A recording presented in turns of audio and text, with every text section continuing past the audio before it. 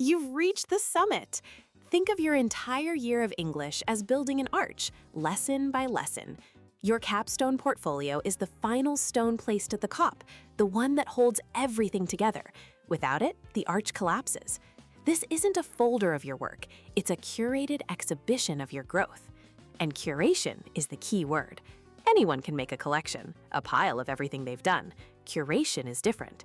It's about selecting the pieces that tell the best story of your learning. You might choose one essay because it's your absolute best, and another because it shows your biggest improvement. The goal is to prove you've journeyed somewhere. Your work from the start of the year should look miles behind what you can do now.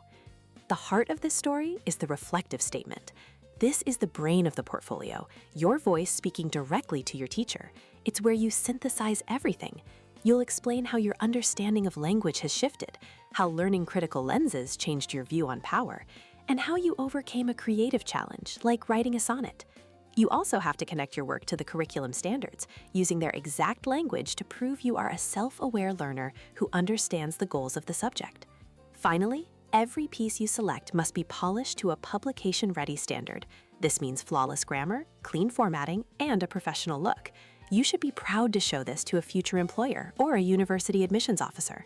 Your portfolio is a monument to your work. It's the proof that you've moved from being a learner to a writer, a critic with a unique and powerful voice, ready to join the great conversation of the world. What will you say next?